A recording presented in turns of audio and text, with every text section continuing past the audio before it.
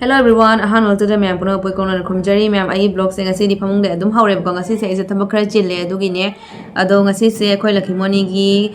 lai lengba adu lega luhongba oi doine ngasi se luhongba numi ne mage adu do khoi jumda khoi don chawai jumda adu de duga khoi je matam kuina punna lai minar pai ko khoi je wakhan je dum hairi chakhi dore na wakhan nungai tabdo ado na hande khoi don cha khoi je dum kapna na lai re bamra ma chakhi dore na ado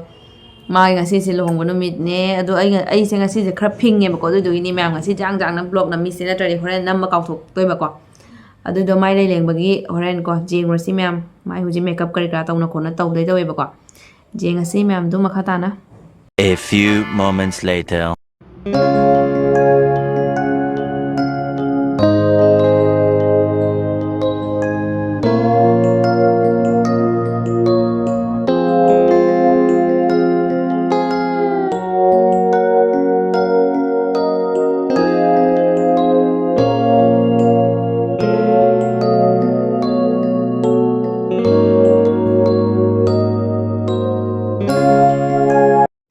Mayam ai solution ba loire ado angang pamdoni na horen ko ai chawin indre adum sari wena thukpe ba ko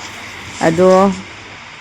akhoi don cha hoi dane mayam hojik chali se don cha hoi da mau le ba ko lotion ba su loi khare yam ti na phajare mayam ngasi di ado jenghala ke ko ha kage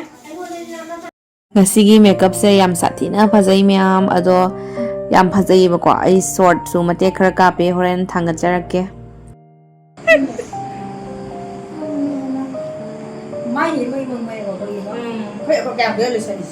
ai suni chandon ga loi kok thare nang ni kaim dode nang chandon ni phajai ni kaya gya 자, 이마 지금 있잖아.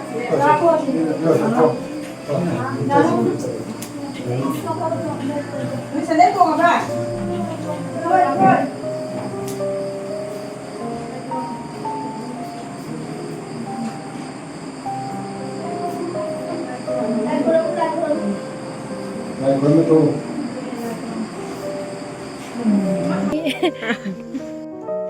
Ay marang kang na nanay na. Kung daw,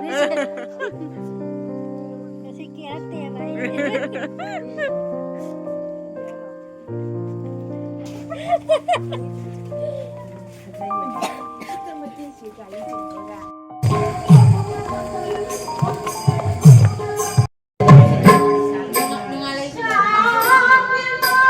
mau ganggu nih guys.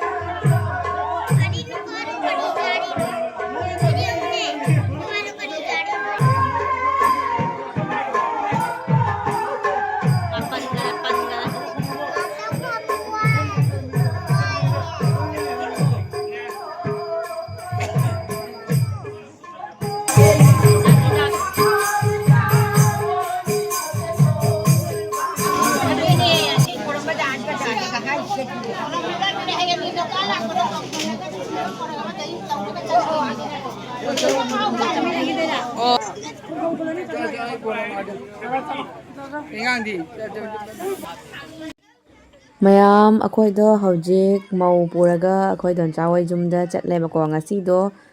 ꯂꯨꯍꯣꯡꯕꯕꯨꯗꯤ ꯂꯣꯏꯔꯦ ꯑꯗꯣ ꯌꯨꯝꯗ ꯆꯪꯕ ꯐꯠꯇꯦ ꯍꯥꯏꯅꯀꯣ ꯑꯍꯟꯁꯤꯡꯅ ꯑꯗꯨꯃꯥꯏꯅ ꯇꯧꯔꯒ ꯑꯩꯈꯣꯏꯁꯦ ꯑꯃꯨꯛ ꯗꯣꯟꯆꯥ ꯍꯣꯏꯗ ꯆꯠꯂꯦ ꯑꯗꯨꯒ ꯃꯊꯪ ꯅꯨꯃꯤꯠꯇ ꯑꯃꯨꯛ ꯃꯧ ꯊꯤꯟꯕꯒꯤ ꯍꯥꯞꯆꯔꯛꯀꯦ ꯃꯌꯥꯝ ꯉꯁꯤꯗꯤ ꯋꯥꯈꯜꯁꯦ ꯀꯌꯥ ꯅꯨꯡꯉꯥꯏꯇꯦ ꯉꯁꯤꯗꯤ ꯃꯧ ꯊꯤꯟꯕꯒꯤ ꯑꯩꯈꯣꯏ ꯑꯃꯨꯛ ꯆꯠꯂꯦ